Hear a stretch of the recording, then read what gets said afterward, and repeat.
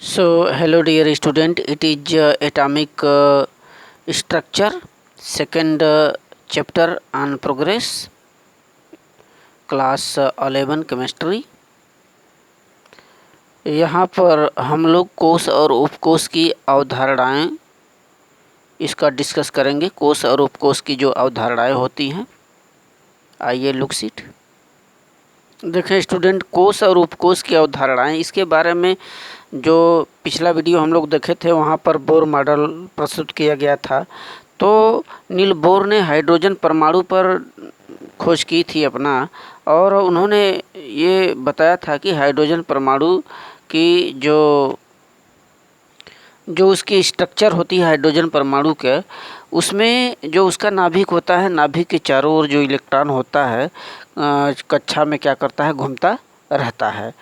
तो हाइड्रोजन परमाणु में जो कोश होता है, कोशों की संख्या मात्र एक मानी जाती है, एक होती ही है, क्योंकि उसमें परमाणु क्रमांक जो हाइड्रोजन का होता है एक होता है, और चूँकि परमाणु क्रमांक एक होता है, इसका मतलब कि उसमें इलेक्ट्रॉनों की संख्या भी एक ही होगी, और उसका ऊर्जा जो होगा वो समान ऊर्जा स्तर का होता है। ठीक है, तो हाइड्रोजन परमाणु के किसी भी कोश में सभी इलेक्ट्रॉन की ऊर्जा क्या होती है, समान होती है, ऊर्जा स्तर समान होता है। परंतु जब बहु इलेक्ट्रॉनिक परमाणु का डिस्कस हो, माने ऐसे परमाणु जिसमें एक से ज़्यादा इलेक्ट्रॉन हो, तो वहाँ पर क्या होता है कि इलेक्ट्रॉन एक दूसरे को प्रभावित करते हैं। ठीक है, जब ऐसा कोई परमाणु ले जिसमें ज़्यादा इलेक्ट्रॉन हो, हाइड्रोजन का तो सिर्फ एक, तो इसमें एक इलेक्ट्रॉन होते हैं, लेकिन एक से जब अधिक इलेक्ट्रॉन हो जाएंगे तो इलेक्ट्रॉन एक दूसरे को क्या करते हैं, प्रभावित करते हैं, जिसके फलस्वरूप जो कोश होता है वह उपकोश में बढ़ जाता है।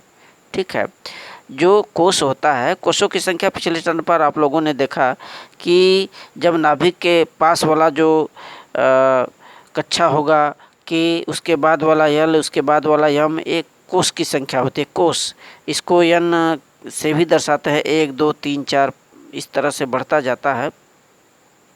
तो किसी भी परमाणु में जब ज़्यादा इलेक्ट्रॉन होते हैं तो ऐसे में क्या होता है कि जो कोश होते हैं, के एल एम एन, ये जो कोश होते हैं जिसको 1 2 3 4 से भी दर्शाते हैं, कोश उपकोश में बढ़ जाते हैं। ठीक है, तो किसी भी कोश में उपकोशों की जो क्वांटम संख्या, उपकोशों की संख्या क्वांटम संख्या एन के बराबर होती है।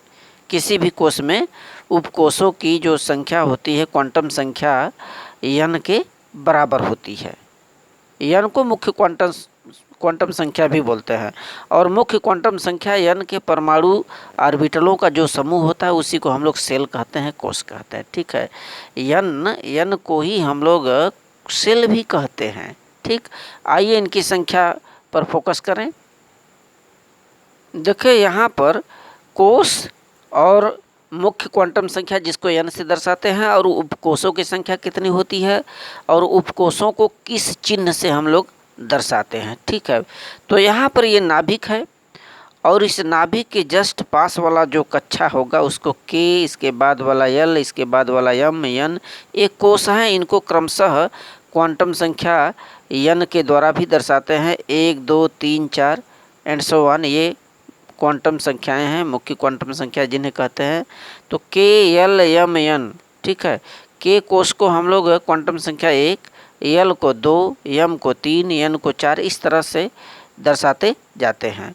और इनमें उपकोशों की संख्या कितनी होती है, किसी भी, देखिए किसी भी कोश में उपकोशों की संख्या उसके क्वांटम संख्या के बराबर होती है। तो यदि क्वांटम संख्या 1 2 3 4 है तो इनके उपकोशों की संख्या इतना ही होगा।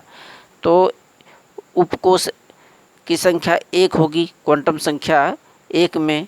ठीक है, यानी कि पहला जो कोश होता है 1, जिसमें क्वांटम संख्या 1 होती है, उसमें उपकोश 1, और 2 क्वांटम संख्या यानी कि 2 उपकोश, 3 क्वांटम संख्या यानी 3 उपकोश, और 4 क्वांटम संख्या यानी कि 4 उपकोश।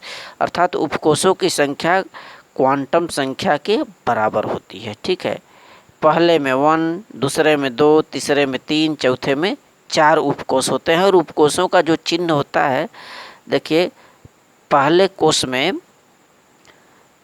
ये जो एक उपकोष होता है इसको 1s से दर्शाते हैं, 1s। और दूसरे कोष में जो 2 उपकोष होते हैं इसको 2s और 2p से दर्शाते हैं, 2s 2p, याद रखें 2s और 2p। और तीसरे में 3s 3p और 3d। और चौथे में यदि 4 उपकोष है तो इनका जो प्रतीक होता है 3s 3p 3d 4f, ठीक है, SPDF।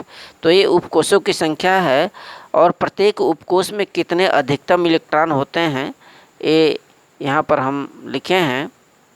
आप लोगों को पता है कि पहले कोष में 2 इलेक्ट्रॉन जो भराव इलेक्ट्रॉनों का जो अधिकतम संख्या होती है, पहले में 2, दूसरे में 8, तीसरे में 18, इस तरह से इलेक्ट्रॉनों का भराव आप पढ़ चुके हैं प्रीवियस कक्षाओं में।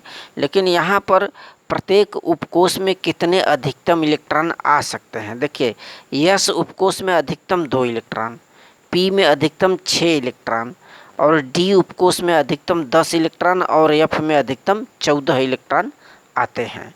और इनका जब संकेत चलेंगे तो S2 से 2 इलेक्ट्रॉन है तो इसको S2 से दर्शाएं, P को P6 ऊपर 6 लगाएं, और D को D10 और F को F14 दिखा दें, ठीक है, ये उनका संकेत है। तो S उपकोष में 2 इलेक्ट्रॉन, P में 6, D में 10 और F में 14 इलेक्ट्रॉन होते हैं।